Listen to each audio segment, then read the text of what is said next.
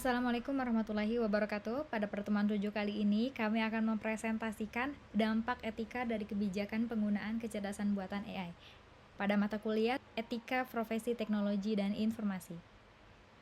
Sebelum itu, apa saja yang akan kami paparkan? Di antaranya ada pendahuluan, ada prinsip etika, dampak positif dan negatif, studi kasus, strategi kebijakan, diskusi, sampai kesimpulan.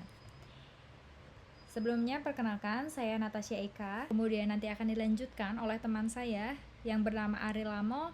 Dan yang terakhir akan dilanjutkan oleh Adiyuta Naufal. Apa sih yang menjadi masalah utama dalam kebijakan AI? Yaitu kebijakan yang mengatur AI sangat mempengaruhi dampak sosial dan etikanya.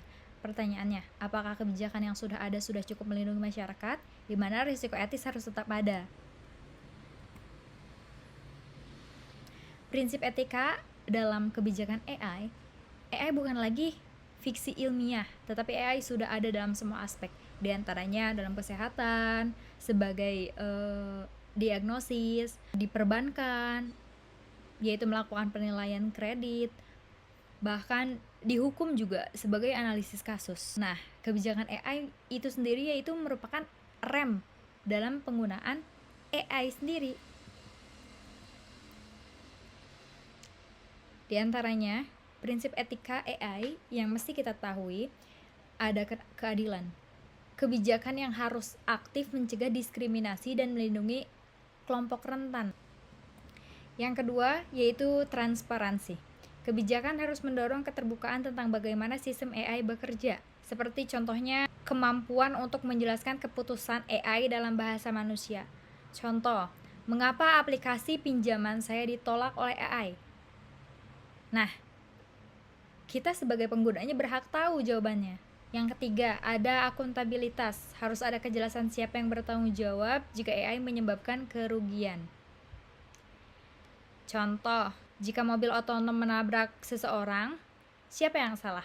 Pemilik mobil, programmer, perusahaan pembuat AI, atau perusahaan mobil? Nah, kebijakan akuntabilitas ini memastikan harus ada pihak yang bertanggung jawab secara hukum. Yang keempat, ada privacy dan security. Kebijakan AI wajib memastikan data pribadi dilindungi. Yang kelima adalah human-centric AI. Teknologi AI harus bertujuan untuk mendukung kesejahteraan manusia. Jadi bukan sebaliknya. Jika sebuah aplikasi AI, misalnya sistem scoring karyawan, ternyata membuat karyawan stres, cemas, dan tidak sejahtera, maka aplikasi itu gagal dalam prinsip ini. Selanjutnya, ada dampak positif dari AI, yaitu ada perlindungan privacy, memberi payung hukum seperti UU, PDP di Indonesia atau GDPR di Eropa. Yang kedua, ada kepercayaan publik. Kebijakan yang jelas memberi jaminan bahwa AI diawasi sehingga masyarakat lebih percaya dan mau menerima teknologi ini. Yang ketiga, inovasi bertanggung jawab. Mengarahkan inovasi mendorong perusahaan untuk berlomba menciptakan AI yang aman dan adil, bukan hanya yang paling kuat. Yang keempat adalah keadilan sosial. Secara aktif mencegah diskriminasi algoritmik, memastikan AI tidak membuat keputusan bias yang merugikan kelompok tertentu. Dan yang terakhir adalah transparansi dan akuntabilitas. Memungkinkan sistem AI untuk diaudit dan memastikan ada pihak yang bertanggung jawab jika terjadi kesalahan. Baik, selanjutnya akan dilanjutkan oleh teman saya yang bernama Ari Lamo. Oke, sekarang mari kita lihat apa yang terjadi jika kebijakan tersebut dirancang dengan buruk atau bahkan tidak ada sama sekali. Yang pertama ada overregulation. Ini adalah risiko yang ironis. Regulasi yang terlalu ketat, rumit, dan mahal berisiko menghambat inovasi. Mengapa? Karena hanya perusahaan raksasa yang mampu mematuhinya. Sementara startup kecil yang inovatif akan mati dan kompetisi pun terhambat. Yang kedua, ada pengawasan massal. Ini adalah bahaya terbesar. Kebijakan AI yang mengatasnamakan keamanan publik bisa disalahgunakan sebagai alat kontrol sosial. Teknologi seperti pengenalan wajah bisa dipakai untuk memata-matai warga dan membatasi kebebasan sipil. Yang ketiga, ada kesenjangan global. Negara-negara kaya menetapkan standar global. Akibatnya, negara berkembang seperti kita bisa semakin tertinggal, terpaksa mengikuti standar yang mahal dan mungkin tidak sesuai dengan konteks lokal kita. Kemudian ada ambiguitas hukum. Jika sebuah AI membuat kesalahan yang merugikan, misalnya AI medis salah mendiagnosis, siapa yang salah? Apakah salah programmernya, rumah sakitnya, atau perusahaan pembuatnya? Hukum kita saat ini seringkali belum jelas, sehingga sulit mencari pertanggungjawaban. Lalu yang terakhir, ada bias kebijakan. Bagaimana jika pembuat aturannya sendiri memiliki bias? Tentu, regulasi yang dihasilkan tidak adil dan gagal melindungi kelompok yang paling rentan. Studi kasus pertama kita adalah upaya paling ambisius di dunia untuk mengatur AI, yaitu EU AI Act. EU AI Act adalah regulasi komprehensif pertama di dunia. Pendekatan mereka sangat unik, yaitu berbasis risiko. Mereka tidak mengatur semua AI, tapi mengkategorikannya berdasarkan level bahayanya. Sisi positifnya, fokus utama mereka adalah melindungi hak asasi manusia. Caranya dengan mewajibkan audit dan transparansi yang sangat ketat pada AI kategori high risk, seperti AI untuk rekrutmen atau medis. Dan mereka melarang total AI yang dianggap unacceptable risk, seperti sistem social scoring. Namun, sisi negatifnya adalah apa yang kita bahas tadi, yaitu risiko overregulation. Aturan yang sangat ketat ini menciptakan beban biaya kepatuhan atau compliance yang sangat berat. Perusahaan besar mungkin sanggup, tapi ini dikhawatirkan dapat menghambat inovasi, terutama bagi startup kecil.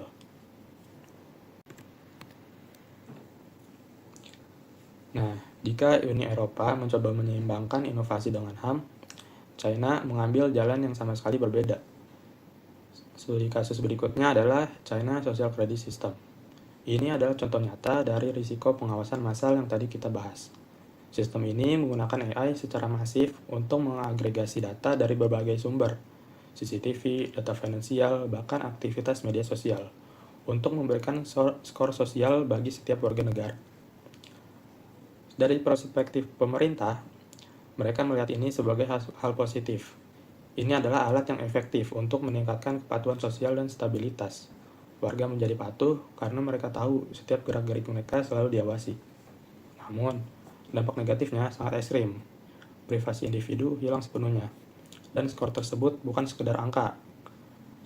Skor tersebut dapat digunakan secara langsung untuk memberikan sanksi, seperti larangan berpergian atau membeli tiket kereta. Ini menjadikannya alat kontrol sosial yang sangat ekstrim. Oke, setelah melihat model Eropa yang berbasis risiko dan model China yang berbasis kontrol, lalu bagaimana dengan Indonesia? Ini membawa kita ke studi kasus terakhir dan yang paling relevan dengan kita, yaitu UU PDP atau Undang-Undang Perlindungan Data Pribadi. Nah, penting untuk dipahami, UU PDP tidak secara langsung mengatur AI. Undang-undang ini fokus pada perlindungan data pribadi, yang merupakan komponen penting yang dibutuhkan oleh AI untuk melatih dan mengoperasikan sistemnya. Sisi positifnya sangat jelas. Untuk pertama kalinya, kita di Indonesia memiliki payung hukum yang jelas untuk melindungi data kita. UU ini memberi kita hak-hak baru, seperti hak untuk meminta penghapusan data. Namun, dari sisi negatifnya atau tantangan terbesarnya adalah pada implementasi.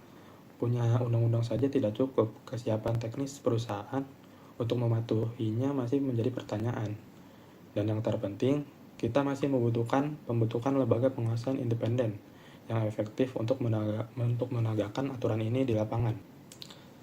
Ketiga studi kasus ini menunjukkan bahwa tidak ada satupun cara yang sempurna untuk mengatur AI. Setiap pendekatannya atau setiap modelnya memiliki konsekuensi etisnya. Ini membawa kita ke pertanyaan berikutnya. Jadi, apa sih strategi kebijakan terbaik yang bisa kita terapkan? Oke, selanjutnya akan dijelaskan oleh saya. Selanjutnya adalah strategi kebijakan. Privacy by design. Etika ditanamkan sejak awal, memastikan privasi dan etika menjadi fondasi utama sistem AI, bukan sekedar fitur tambahan yang baru dipikirkan belakangan. Audit dan sertifikasi AI. Sistem AI harus diuji kelayakan etisnya, idealnya melalui audit independen untuk membuktikan bahwa ia aman, adil, dan layak digunakan oleh publik. Partisipasi publik, melibatkan suara publik secara langsung dalam penyusunan kebijakan AI untuk memastikan aturan yang dihasilkan benar-benar melindungi kepentingan masyarakat. Berikutnya, kolaborasi internasional, menciptakan standar etika global melalui kerjasama internasional untuk mencegah penyalahgunaan AI, mengingat teknologi ini melintasi batas negara. Berikutnya, pendidikan dan literasi AI, menjadikannya fondasi agar masyarakat paham hak dan resiko AI, sehingga mereka bisa ikut mengawasi dan melindungi diri. Ini bisa kita diskusikan ya, harusnya kebijakan AI universal, bagaimana menyeimbangkan inovasi dan etika. Kesimpulannya, kebijakan AI bisa dan harus dirancang untuk melindungi masyarakat dari potensi kerugian teknologi. Tanpa adanya kontrol etis yang kuat, pengawasan publik, dan penegakan hukum yang efektif, kebijakan AI juga beresiko disalahgunakan, seperti untuk pengawasan massal atau menghambat inovasi.